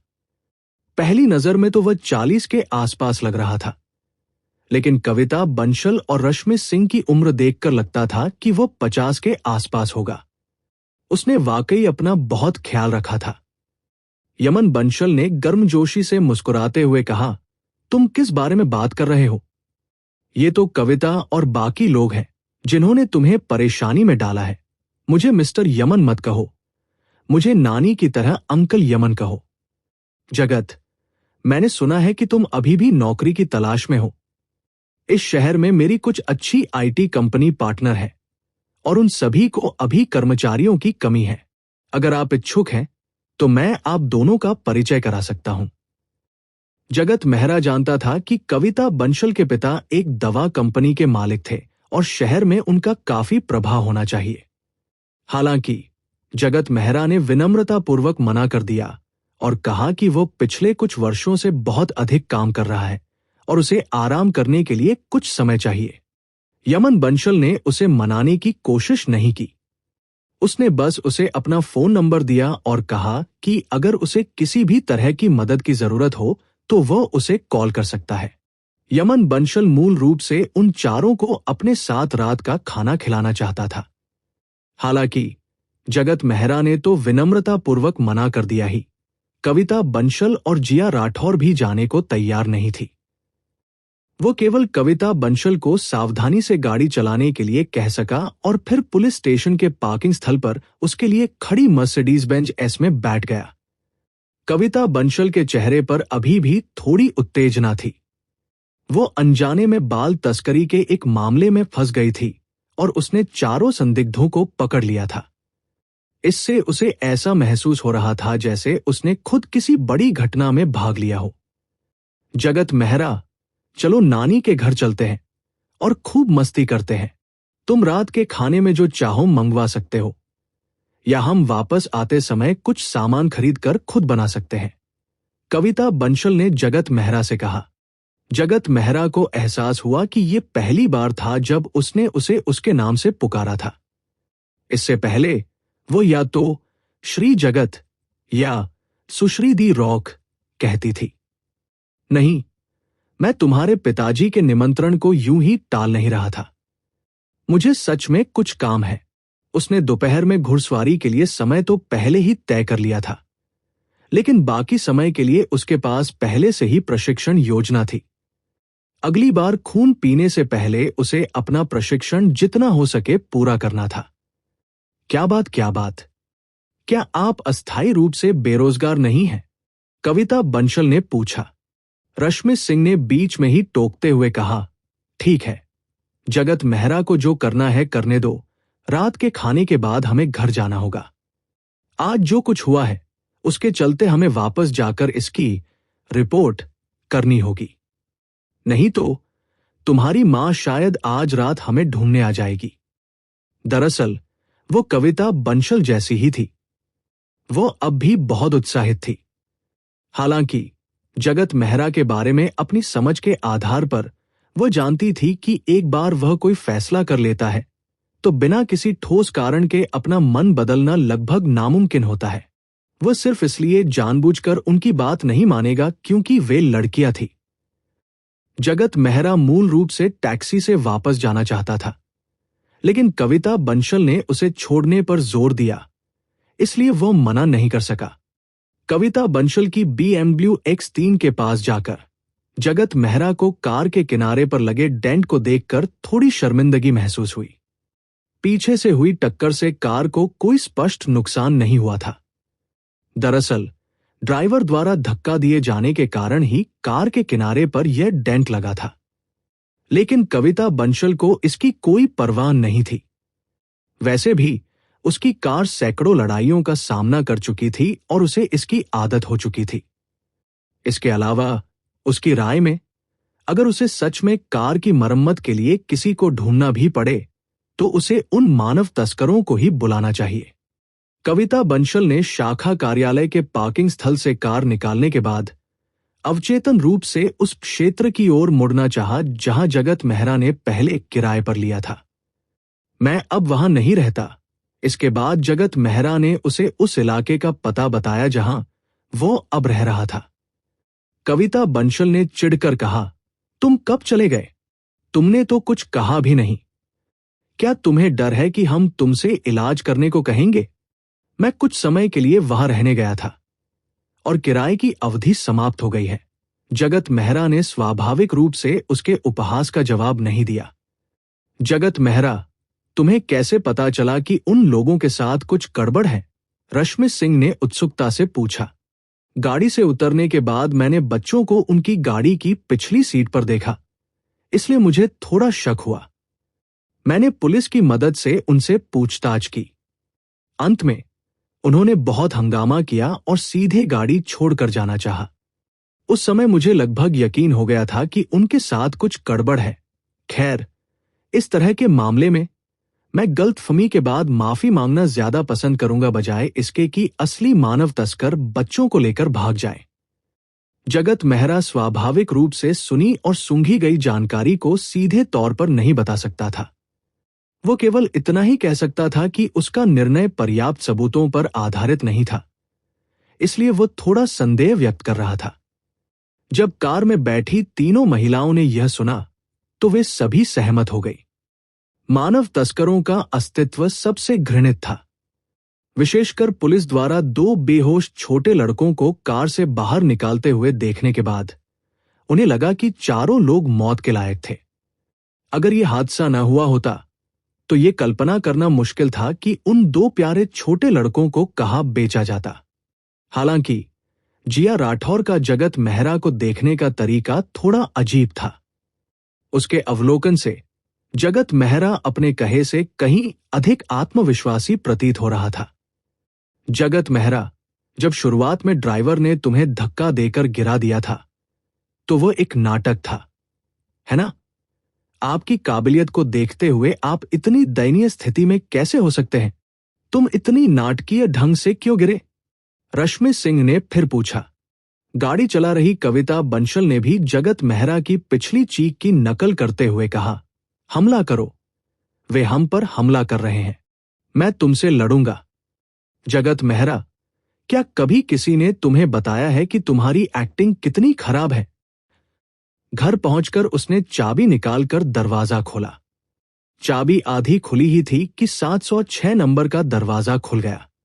गोलमटोल लड़की शर्मिला टंडन बाहर भागी। उसके हाथ में सूप का कटोरा था जिसमें वो मसालेदार खरगोश का मांस भरता था। जगत मेहरा ने चबी गर्ल के हाथों से साफ सूप का कटोरा और एक लॉलीपॉप लिया। मुस्कुराते हुए पूछा, कैसा है? क्या खरगोश का मांस स्वादिष्ट है? गोलमटोल लड़की ने जोर से सिर हिलाते हुए कहा, यह स्वादिष्ट है, यह बहुत ही स्वादिष्ट है। धन्यवाद अंकल बाल्ड। शुरू में जब गोलमटोल लड़की जगत मेहरा से मिली तो अगर वो उसे गंजे अंकल कहकर बुलाती तो मामा शर्मिला उसे सुनकर बहुत डांटती। शायद इसका कारण जगत मेहरा का गंजा सिर ही था।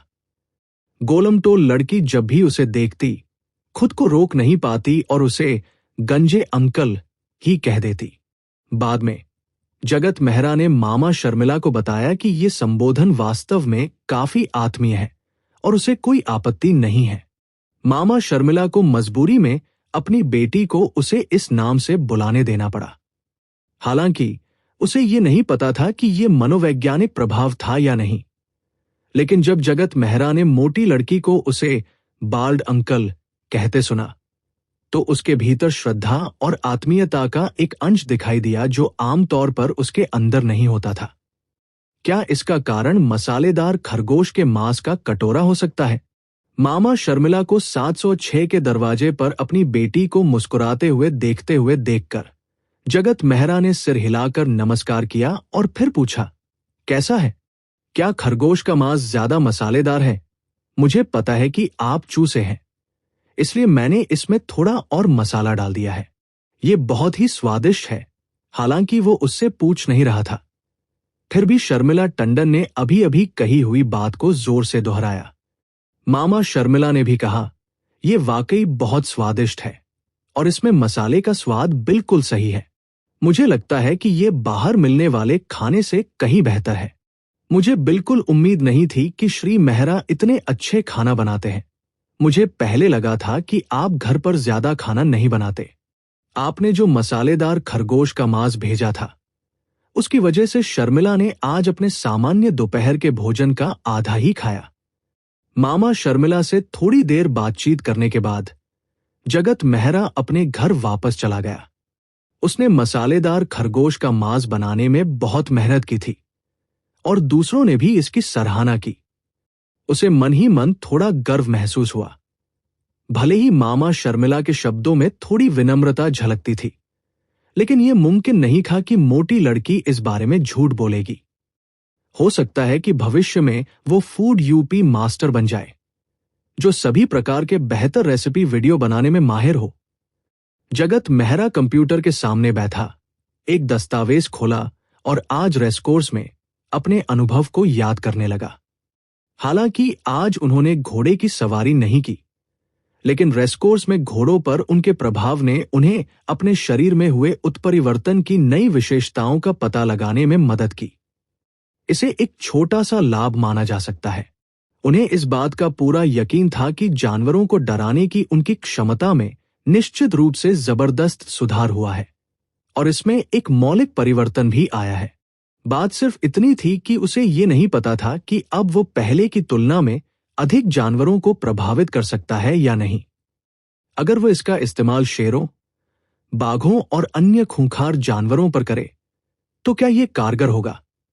पूरी रात कंप्यूटर के सामने पढ़ाई करने के बाद जगत मेहरा ने इंद्रियों को सक्रिय करने के लिए सड़कों पर टहलने की योजना बनाई।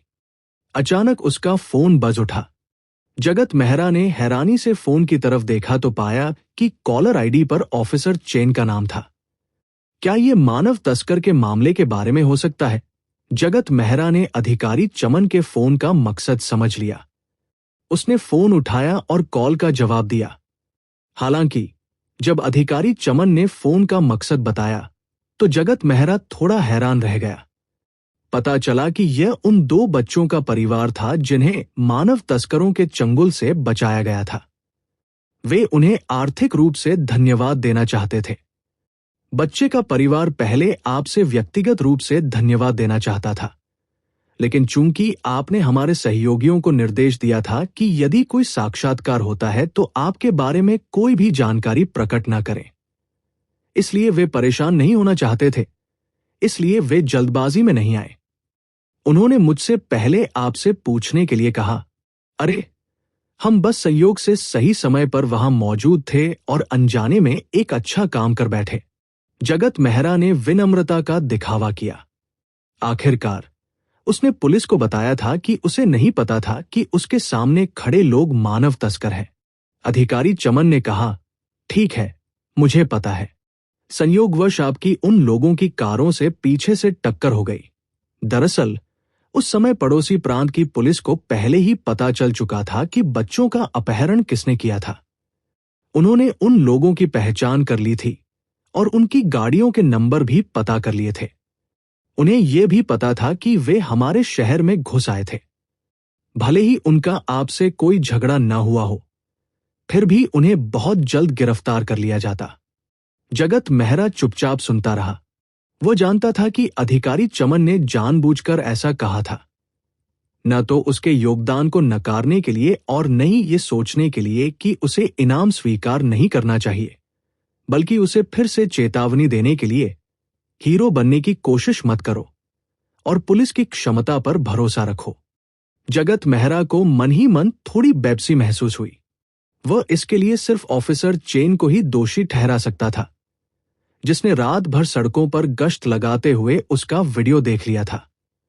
उसने गलती से सोच लिया होगा कि वह स्वयंसेवी पुलिस अधिकारी या सुपर हीरो बनना चाहता है। अन्यथा जब भी उसे कोई समस्या हुई हो, उसने पहली बार पुलिस को फोन क्यों नहीं किया था? उसका वास्तव में सुपर हीरो बनने और न्याय के लिए लड़ने का कोई इरादा नहीं था।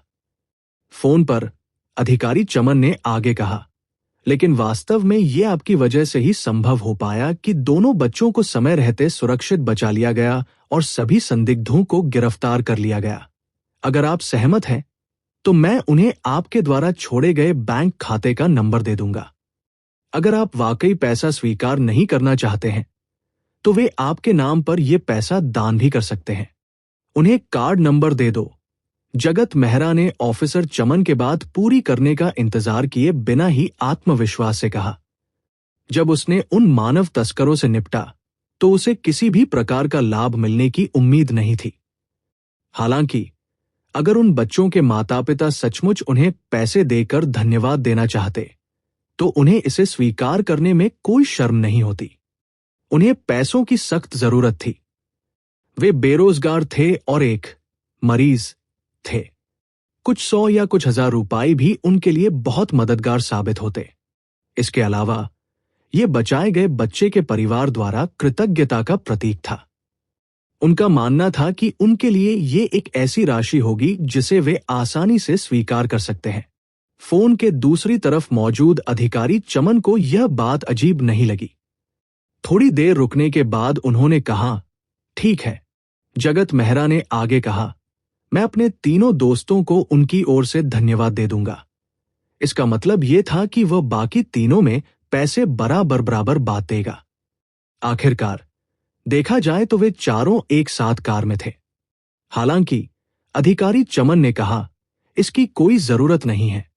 बाकी 3 लड़कियों के परिवारों और उनके बच्चों ने पहले ही हमें धन्यवाद दे दिया है। यह पैसा सिर्फ आपके लिए है। जगत मेहरा थोड़ा हैरान रह गया, लेकिन उसने कुछ और नहीं कहा। ऑफिसर चमन से कुछ और बातें करने के बाद उसने कॉल काट दी। वैसे पिछली बार जब ऑफिसर चमन ने फोन किया था तब वो पैसे भी दे रहा था। ऑफिसर चमन मेरे लिए लकी चार्म है। 10 मिनट बाद फोन पर बीप की आवाज आई। जगत मेहरा ने फोन उठाया और देखा। यह बैंक की ओर से एक सूचना थी। हालांकि संख्या देखकर जगत मेहरा थोड़ा हैरान रह गया। उसे लगा कि उसकी आंखों को धोखा हो रहा है, इसलिए उसने अपना बैलेंस चेक करने के लिए ऑनलाइन बैंकिंग सिस्टम में लॉगिन किया। लेन देन का विवरण देखने के बाद उसे आखिरकार यकीन हो गया कि उसने गलत नहीं देखा था। अभी अभी जो राशि हस्तांतरित की गई वो 2 लाख रुपए थी।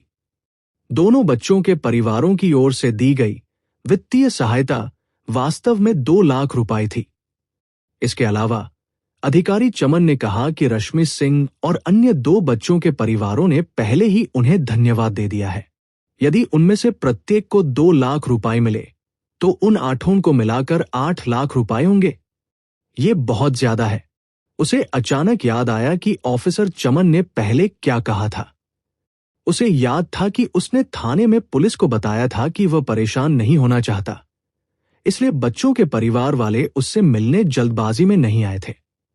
दूसरे शब्दों में उन्हें उसका पता पहले से ही पता था और ये ऑफिसर चमन ने नहीं बताया था। फिर उसे याद आया कि अधिकारी चमन ने पड़ोसी प्रांत में पुलिस की प्रतिक्रिया की गति के बारे में क्या कहा था। ऐसा प्रतीत हुआ कि दोनों बच्चों की पृष्ठभूमि सामान्य नहीं थी।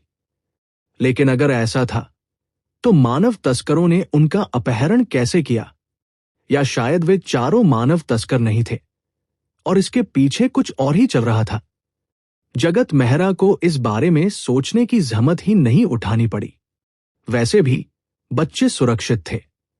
इस मामले के कारण और परिणाम से उसका कोई लेना देना नहीं था। उसके हाथ में 2 लाख रुपए होने के कारण कोई भी छिपा हुआ खतरा नहीं होना चाहिए। 29 अगस्त को शाम 7:22 बजे जगत मेहरा को फिर से भूख लगने लगी। पिछली बार की तरह ही उसने दोनों खरगोशों का खून पिया और फिर सोने चला गया। अगले दिन रात 8:50 बजे जगत मेहरा की नींद खुली। उसका सोने का समय सामान्य सीमा के भीतर था। जागने के बाद वह तुरंत बिस्तर से नहीं उठा। इसके बजाय उसने अपनी आंखें फिर से बंद कर ली और उस ऊतक 2 इंच को महसूस किया, जिसे वह रक्तपान की अवधि के बाद 38 मिनट तक घूरता रहा था। रक्तपान की अवधि से पहले जगत मेहरा अपनी बुद्धि को किसी भी वस्तु को दूर से नियंत्रित करने के लिए प्रशिक्षित करना चाहता था। इसलिए उसने 16 घंटे तक एक टिश्यू पेपर को घूर कर देखा। हालांकि रक्तपान की अवधि के बाद उसे वस्तुओं को दूर से नियंत्रित करने की क्षमता प्राप्त नहीं हुई, लेकिन वह अचानक दूर से ही ऊतकों को महसूस कर सकता था। ऊतक कहीं भी हो, वो उसे महसूस कर सकता था। उस ऊतक के टुकड़े को ऊतक 1 के रूप में परिभाषित किया गया था, लेकिन प्रयोगों की एक श्रृंखला के बाद ऊतक 1 राख में बदल गया था और उसका अर्थ ही गायब हो गया था। हालांकि उन्होंने दोबारा अवलोकन किया और ऊतक 2 इंच पर ध्यान केंद्रित किया। हालांकि उन्होंने इसे केवल 38 मिनट तक ही देखा था, लेकिन उनकी आंखों के सामने सफेद रोशनी की एक चमक दिखाई दी, ठीक वैसे ही जैसे ऊतक 1 का अवलोकन करते समय दिखाई दी थी। उस समय उसने अनुमान लगाया कि उसकी आंखों में सामने चमक शायद इस बात का संकेत थी कि उसके अवलोकन का कुछ असर हुआ है। इसलिए उसने टिश्यू 2 इंच को एक तरफ रख दिया और अगले रक्तपान के समय का इंतजार करने लगा, ताकि वह इसे महसूस कर सके और इसकी पुष्टि कर सके। और अब जगत मेहरा आंखें बंद करके बिस्तर पर लेटा हुआ था। दरअसल उसे रसोई की अलमारी में रखे टिश्यू 2 इंच की तुरंत अनुभूति हुई। ये कई प्रिजर्वेशन बैग में कसकर लिपटा हुआ था। देखने से ऐसा लगता है कि उसकी आंखों के सामने सफेद रोशनी की चमक वास्तव में इस बात का संकेत थी कि किसी चीज को देखने से उस पर कुछ असर पड़ा है। हालांकि ऊतक 1 की तुलना में ऊतक 2 इंच के बारे में उनकी धारणा स्पष्ट रूप से धुंधली और कमजोर थी। यह संभवतः ऊतक 1 और ऊतक 2 इंच के अवलोकन की मात्रा में अंतर से संबंधित था। आखिरकार उसने न केवल ऊतक 1 का 16 घंटे तक अवलोकन किया, बल्कि उसकी आंखों के सामने सफेद रोशनी की 4 चमक भी हुई थी। जगत मेहरा रसोई में जाकर ऊतक 2 इंच को बाहर ले आया। उसने रक्तपान की अवधि के दौरान ऊतक 2 इंच पर 2 प्रयोग करने की योजना बनाई थी। एक, टिश्यू 2 इंच को सीधे रास्ते से सबसे दूर स्थित किसी घरेलू शहर में भेजें। फिर गलत पता और प्राप्तकर्ता की जानकारी भरें। समय आने पर कुरियर कंपनी से संपर्क करके उसे वापस मंगवा लें। इसका उद्देश्य यह सत्यापित करना था कि वो ऊतक 2 इंच को कितनी दूर तक महसूस कर सकता है। चाहे वो कुछ भी कर रहा हो, जब तक वो खाली बैठा रहता या किसी चीज के बारे में सोचता, वो ऊतक 2 इंच को महसूस करता और इस प्रक्रिया के दौरान समय नोट करता। इसका उद्देश्य ये गणना करना था कि क्या निरंतर संवेदन से उसकी संवेदन और स्थिति निर्धारण क्षमता समाप्त हो जाएगी।